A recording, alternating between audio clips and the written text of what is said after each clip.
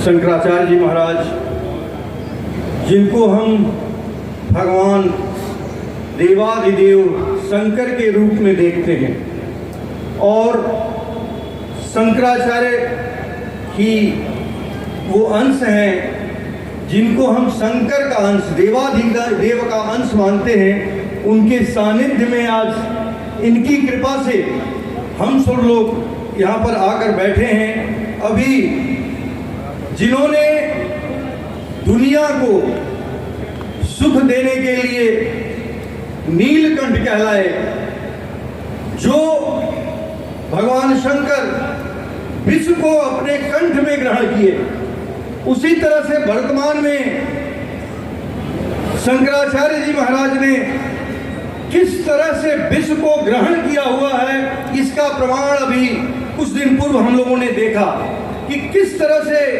राजसत्ता, अहंकारी राजसत्ता महाराज शंकर को और हम सभी ब्राह्मण समाज को अपमानित करने का काम किया। पूरे ब्राह्मण समाज को अपमानित करने का कार्य किया कुछ चंद अहंकारी लोगों ने, जो अपने को कहते तो सनातनी हैं, लेकिन सनातन से उनका कोई मतलब नहीं है। क्यों नहीं मतलब है? क्योंकि जो पंथ का निर्माण हुआ, महाराज जी अगर कुछ गलती हो तो क्षमा करिएगा, पंथ का निर्माण हुआ वो कहीं न कहीं से सनातन से अलग होकर ही पंथ का निर्माण किए। और कुछ ऐसे लोग हैं जो सनातन के मुख्य बिंदु को ही त्याग किए हैं, क्योंकि सनातनी होने के लिए किसी भी व्यक्ति को शिखा का धारण करना होता है। अगर आप शिखा धारण नहीं करते हैं तो आप सनातनी नहीं हो सकते हैं। आप अगर यज्ञोपवीत नहीं धारण करते हैं तो आप सनातनी नहीं हो सकते हैं।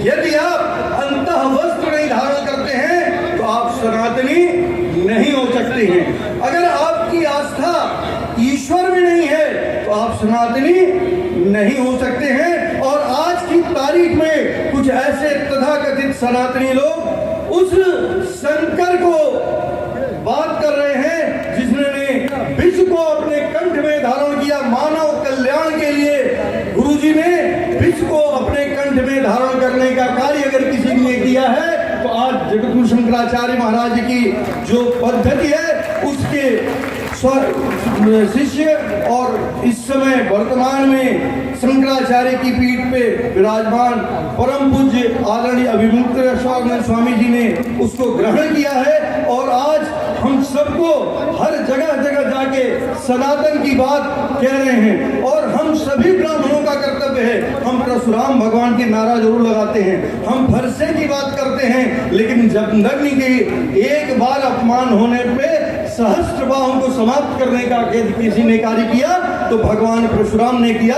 तो कम से कम अगर हम भगवान परशुराम को याद कर रहे हैं तो जमदग्नि को भी याद करना पड़ेगा, भृगु को भी याद करना पड़ेगा, वशिष्ठ को भी याद करना पड़ेगा। हम वो वंशी हैं, अगर हम एक तरफ से वशिष्ठ हैं तो दूसरे तरफ से अगर हम परशुराम हैं, दुर्वासा भी हैं, तो दुर्वासा के रूप में हम समाज को क्या देते हैं और क्या लेते हैं। दधीच के रूप में अगर हम दान दे सकते हैं तो परशुराम के रूप में हम लेने का भी कार्य जानते हैं और भली भांति जानते हैं कि हे ब्राह्मण समाज के लोगों, हे वशिष्ठ की भूमि, हे ब्राह्मण समाज, आप सब लोगों से आपका ये बेटा, आपका ये भाई ये आग्रह करने आया है। आदरणीय परम पूज्य शंकराचार्य जी महाराज जिस धर्म ध्वजा को लेकर आगे चल रहे हैं, ये धर्म ध्वजा हम सब की है और हम सब लोग आज संकल्पित हो जाएं। आज ये संकल्प ले लें कि जो भी अधर्मी होगा उसको हम नाश करेंगे, उसका हम नाश करेंगे। कितने एक बार संकल्प ले लें सब लोग, जो भी अधर्मी है, जो भी सनातन का विरोधी है, उसको हम समाप्त करने का कार्य ब्राह्मण वंश के लोग लेंगे, हिंदू समाज के लोग लेंगे, सनातन धर्म के लोग इस दायित्व को निभाने का कार्य करेंगे। ब्राह्मणों ने सदा देने का कार्य किया है, कभी भी लेने का कार्य ब्राह्मण नहीं किया है। हमने समाज को सदैव देने का कार्य किया है। चाहे दधीच के रूप में हमारे त्याग को देख ले या किसी अन्य रूप में भी जब हमारे त्याग को देखेंगे तो ब्राह्मण समाज सदैव समाज को कुछ देने का काम किया है। आज वही चीज परम पूज्य आदरणीय शंकराचार्य जी महाराज हम सब के बीच में आए हैं। हम सब लोगों को एक नई दिशा देंगे और आपके संकल्पों को पूरा करेंगे और अधर्मियों का नाश करने का काम करेंगे।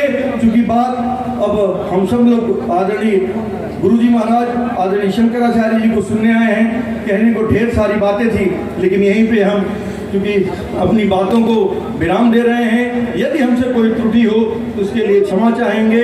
एक बार भगवान शंकर का नारा आप लोग आए, क्योंकि जब शंकराचार्य जी की